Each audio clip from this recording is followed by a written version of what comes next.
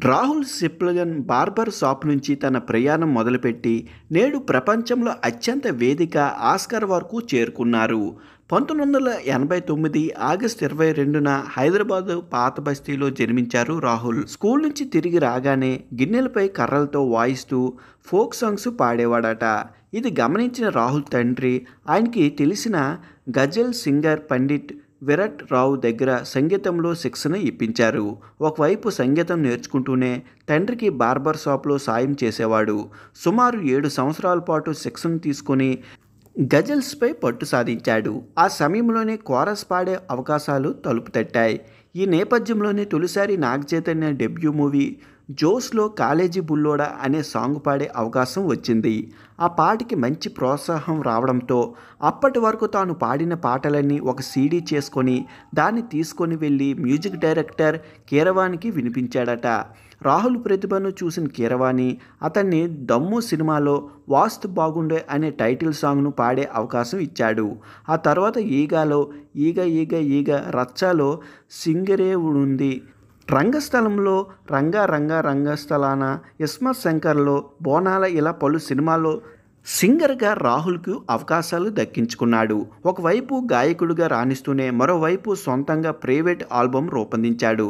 Mangamma, full boy, మాకి కిరికిరి, గల్లీకా గణేశు, దావత్, ఇలా హైదరాబాదీ సంస్కృతి సాంప్రదాయాలు తన జోస్ మిక్స్ చేసి రాహుల్ పాటలు కంపోజ్ చేశాడు. ఇదిలా ఉంటే 2019లో తెలుగు బిగ్ బాస్ సీజన్ 3లో పాల్గొనడంతో రాహుల్ దశ తిరిగిందని చెప్పుకోవచ్చు. పునర్నవితో లవ్ ట్రాకు, తన పాటలు, ఎనర్జీ, శ్రీముఖితో గొడవలు, ఇలా ఒకటేమిటి అన్ని షేడ్స్ చూపించి యూత్లో మంచి క్రేజ్ దక్కించుకున్నాడు. ఆ సీజన్లో విన్నర్గా బయటకు వచ్చి తన జర్నీ మరింత ముందుకు తీసుకెళ్లాడు. గల్లీ బాయ్ పేరుకు తగ్గట్లుగానే రాహుల్ పలు కాంట్రవర్సీ కేర్ ఆఫ్ అడ్రస్గా నిలిచాడు. బిగ్ బాస్ టైటిల్ గెలిచిన కొన్ని వారాలకే ఒక పంజాబ్లో జరిగిన గొడవలో రాహుల్పై బీరు సీసాలతో దాడి చేసిన సంఘటన అప్పట్లో హాట్ టాపిక్గా నిలిచింది. ఎమ్మెల్యే బంధువులపై రాహుల్, అతని స్నేహితులు మధ్య జరిగిన గొడవలు, బీరు సీసాతో గొడవలు, ఆ తర్వాత ఆసుపత్రికి చికిత్స తీసుకునే వరకు వెళ్ళింది. ఇలా వివాదాల్లో సాహసం చేసిన రాహుల్ తనను విమర్శించిన వాళ్ళతోనే చప్పట్లు కొట్టించుకునేలా చేశాడు. విశ్వ వేదికపై తెలుగోడి సత్తా సగర్వంగా నిరూపించాడు. ఆర్ఆర్లో రాహుల్ పాడిన నాటు నాటు సాంగ్కు ఆస్కార్ అవార్డును సొంతం చేసుకోవడంతో ఆ బస్తీ పోరాడి పేరు ప్రపంచవ్యాప్తంగా మారుమోగిపోయింది. రాహుల్ సిప్లగన్ సైలెంట్గా నిశ్చితార్థం చేసుకున్నాడు. హరిణి రెడ్డి అనే అమ్మాయితో అంగరంగ వైభవంగా ఎంగేజ్మెంట్ చేసుకున్నాడు. ఈ కార్యక్రమానికి కేవలం తన ఫ్యామిలీతో పాటు క్లోజ్ ఫ్రెండ్స్ మాత్రమే హాజరయ్యారు. అంతేకాదు ఈ వేడుకకు సంబంధించిన అధికారికంగా ఫోటోలు కానీ పూర్తి వివరాలు కానీ ఇంకా విడుదల కాలేదు.